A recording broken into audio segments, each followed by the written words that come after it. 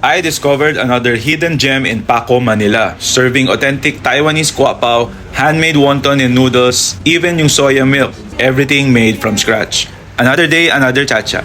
Chinita is a small Taiwanese eatery owned by this couple. Passion project lang daw nila ito dahil sa love nila for good quality food. No preservatives, no shortcuts, lahat freshly made daily. Very warm and friendly ng mga owners and parang ang tagal na namin magkakilala.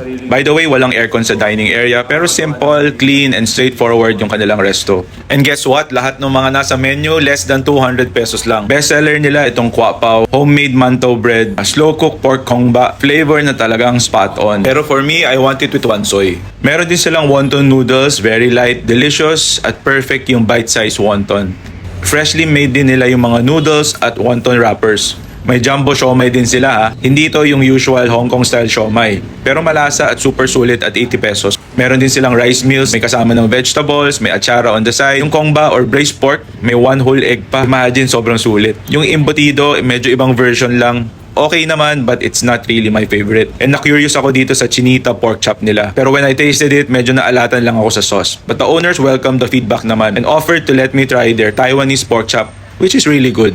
Very refreshing din tong soya milk, winter melon drink. Lahat yan homemade with love. Yung chilled taho nila with syrup, masarap din, not sweet at all. Perfect pang dessert.